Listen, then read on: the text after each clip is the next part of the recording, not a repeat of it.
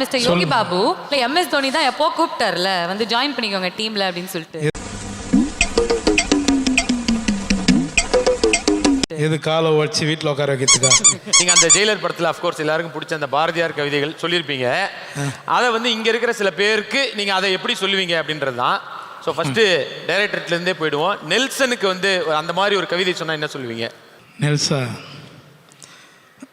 Jailer ஒன்று எடுத்தப்பா, கம்பெனியில் car வாங்கினல்லப்பா, second பார்ட்டில் எனக்கு வாங்கி கொடுத்துறியாப்பா.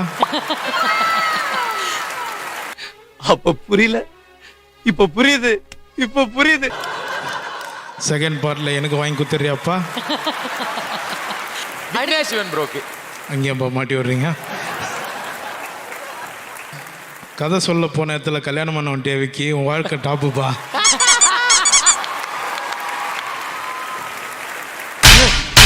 நீ கேட்ட ஒவ்வொரு கேள்வி என்ன செருப்பால் அடிச்ச மாதிரி இருக்குடா. மாதிரி இல்ல, உண்மையிலே செருப்பால தான் அடிச்சது.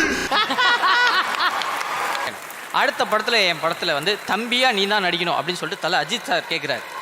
அப்புறம் வந்து சிஎஸ்கே டீமில் நீ ஏன் டீமில் வந்து கிரிக்கெட் ஆடணும் அப்படின்னு சொல்லிட்டு தலை தோனி கூப்பிட்றாரு. ரெண்டு பேர்கிட்டையும் எப்படி பேட்ச் பண்ணுவீங்க? ஆக மொத்தம் நீங்கள் நிம்மதியாக இருக்க மாட்டீங்களாடா எவனையும்.